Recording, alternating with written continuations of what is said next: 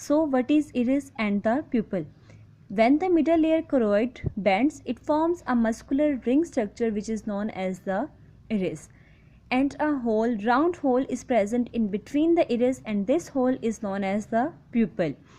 And the size of the pupil is responsible for the muscular movement of the iris structures and the adjustment of the iris muscles. So both these diagrams shows the adjustment of the iris and the pupil muscles. So students, see this diagram. When the light intensity is so high, then the radial muscles of the pupil can be relaxed, and the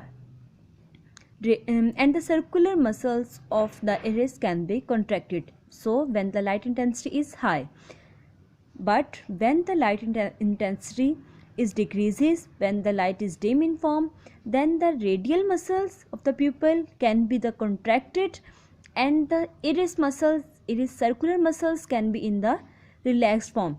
This is the movement of the iris and the pupils, which is responsible by the size of the pupil. In an eye structure, behind the iris, a convex lens is present. So the function of the convex lens, what happening why the convex lens is present in here? So convex lens can be focused the light on the retina, and retina is the third layer of the eye. Behind the iris, a convex lens is present. The function of the convex lens is to focus the light on the retina, so that here in this portion of the eye, ciliary muscles are also present, and these ciliary muscles are present in the form of a ring of the suspensory ligaments. Suspensory means this form a different type of suspensions, or maybe the semi-solid form. So that these are the ciliary muscles which are present in a ring form, and the function of the ciliary muscles to clear the image for away. So due to the presence of the ciliary muscles, we can see the different types of photos or images for away. So the ciliary muscles also contract and relax. So when the ciliary muscles can be relaxed, then the size of the convex lens may be the less.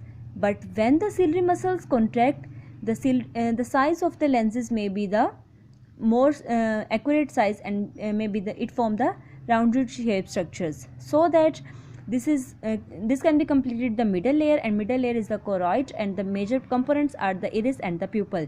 And here the convex lens is also present, and in the convex lens at this portion ciliary muscles are present. The function of the ciliary muscles to clear the image for away distance. So that the next structure is the inner layer, and inner layer is the sensory or the major or important layer of the eye. It performs many type of functions. So the inner layer of eye is the sensory, which is also known as the retina. Retina is the inner layer which contains the rods and the cones, and these layer, the retina, is associated with the different types of neurons, which can be used to detect the different type of stimuli, and these rods and the cones are act as the receptors. So the inner layer is the retina. It can be further divided into the rods and the cones, and the rods can be sensitive to the dim light, but the cones can be sensitive to the bright light, or can be distinguished by different colors.